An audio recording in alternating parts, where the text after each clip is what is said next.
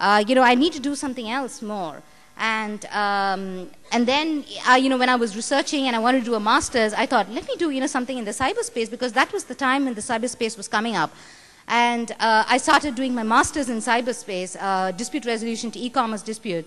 And at that time, when I was researching, I came upon this field called online dispute resolution, and that's the topic I picked for my master's. And at that time, we didn't have anybody to, teach us this, because it was such a new field. We had to learn everything by ourselves. So the medium I used was only emails.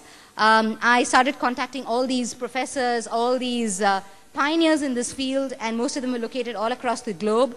And they were so nice. All the people in this field are lovely. They were so excited, that someone else wanted to do it, and especially from Asia. And they said, yes, go ahead, do it. This is all the information you have. Start doing your master's in this. And when I was going through this, and when I started, the ironic thing was, India, if you look at India, we were known for our technology status, IT status, right? We also have a rich heritage of disputes and dispute resolution. You look at it, we had, community elders resolving disputes way beyond, before the British Raj. And even during the British Raj, with the advent of British Raj, the court system came in, but there were many ways of resolving dispute. They were having these yearly conferences in this online dispute resolution. It's called United Nations Conferences. And there was not even one representative from India. There was not one entrepreneur from India. And that was quite shocking. And I was like, how can you not have someone from India, especially at this field, and where, IT is actually the backbone of this. Technology is the backbone of it. That's when this started. I was just talking to my husband about it, and he said, hey, you seem to be so passionate about it. Why don't you start your own thing? Why don't you be the first entrepreneur? Why don't you, represent this field in Asia? And that's what I did. I started immediately. The next day, I started Online Dispute Resolution India, Online Dispute Resolution World, saying that I would, getting involved with certain programmers, writing the programs, telling them, what we wanted. I do not have a technology background. Even now, I could, probably, I understand it because I read it, but no, all I could do is just like write on the computer and, type on the computer and send emails, and I'm up to date, but I'm not a technology person, I'm not a technology geek. But it's easy when you have other people who understand technology, and all you need to do is tell them that this is what we want, please, show it, and translate this with some code. And that's how it started. From then it's been great, and for all the work which we've been doing, we've gained recognition. The last 2 years has been excellent for the field of online dispute resolution because everybody wants it. I organized a conference recently in Chennai, and that's when my license with Sukumar began, where we did the first online dispute resolution conference in Chennai. It was a huge success. The courts wanted it. The companies wanted it. People were like, hey, we have so many family disputes. This will be a great way to resolve it. We're just not talking about offline. We're talking about online. What happens when you buy something online? There are many things which are happening on Facebook these days. There are a lot, students are exposed to so many issues online these days. How are we resolving that? What are the systems to resolve that? So there are so many challenges. There are so many issues.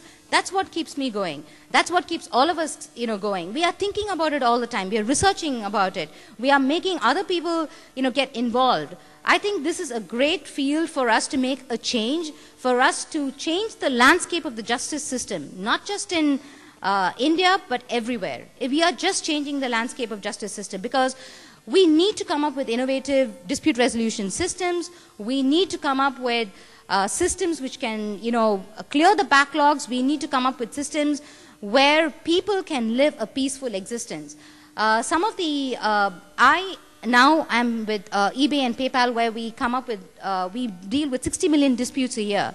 60 million disputes resolving via technology. We just use technology and resolve that. Apart from that, we also have certain things called micro-justice going. Micro-justice is actually, what do we do? Rural sections. Where do rural people go when they have a dispute? It's so difficult for them to go anywhere. Access to justice, women folks. We know in India that it's so difficult for us to speak up, for women to speak up. Where do they go? And if you give them a simple application on their mobile phone where they can reach out, where some resolution can be obtained, that's what we want. That's the change we want to see. So this is the journey so far. It's been great. I think I'm lucky in a way that, I came upon this field. I was able to pursue this field. I think the crowning moment for me when I talk and when I want to tell you what I want to tell you all is that, no matter what, you can start your career at any point of time. Marriage doesn't stop you. Children do not stop you. None of these stop you, right? It is you, it is your passion, it is what you want to do. And all you need in life to succeed is, I don't think your degrees are going to help. I think your education is going to help to set that background. I think you might not know, the education system in India is as such that we are exposed to certain subjects and not all subjects. So it's quite difficult to ask kids in the 12th grade to decide what they want to do with their life, and you're just like 17 and you have the whole life in front of you. I think at about 25 you get to know what you want to do, and then probably once you're 25 and you're in a different field, and then you're like by 30, 35 you want to move on to another field and try it. But that doesn't matter, right? Because you're following your passion. And all you need to have is, I think, 3 things: attitude, humility, and you need to follow your heart. If you do all those 3 things, you can do what you want to do, and you can pursue whatever dream. As Team Krishna just mentioned, you can pursue all your dreams because that's what you need. I was reading a book this week by Rashmi Bansal saying, "I Have a Dream." And it talks about 20 social entrepreneurs who are actually coming up with new ways of solving old problems. It's fantastic. That inspires me. The youth of today, as your principal just mentioned, everything is at your fingertips. Information is at your fingertips. There's so much of information. There are so many things. But it's a way of utilizing it. It's a way of thinking, okay, what can you do with it? What do you want to do with it? Instead of, I know money is a driving factor for many of us, and we get into certain fields.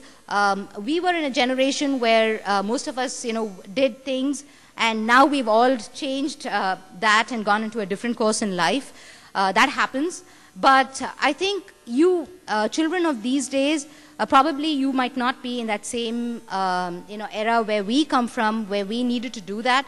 You can follow your dreams. You can make a difference. You can make a change. I would like to actually conclude with a student who inspired me this week, and that student is Kavita Annamale. I don't know if many of you know Kavita Annamale or read about Kavita Annamale. She was in the paper this week. She came from a very humble background. She actually cracked the law entrance examination, and she had to travel 5 hours a day to get this education, 5 hours to go to school. But she did it. She did it because she wanted to do it. And she couldn't afford education. Her parents could not afford education. All she did was, watch her mother in the quarry mines. So that was painful. But she cracked it. She's going to one of the best law schools in India, and she wants to be in the Human Rights Watch Commission. So that's the type of students we want to see these days. They are the students who want to make a change.